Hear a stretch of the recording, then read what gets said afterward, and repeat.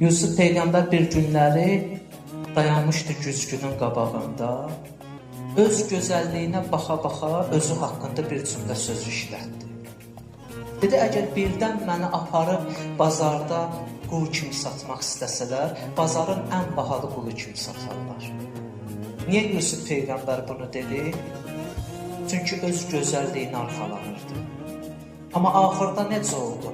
Qardaşları apardı Yusuf Peyğəmbəri bazarın ən ucuz qulu kimi satdılar. Yaxşı, bunun hikməti nədir? Hikməti budur ki, Allah görəndə ki, bir bəndəsinin qəlbində təkəbbürçülük baş qaldırır, mənəmçilik hissi, istəyi. Allah çətin hadisələrlə, imtahanlarla onu sındırır ki, bəndəsi uçuruma getməsin. Həyatdakı imtahanların, çətinliklərin bir hikməti də budur.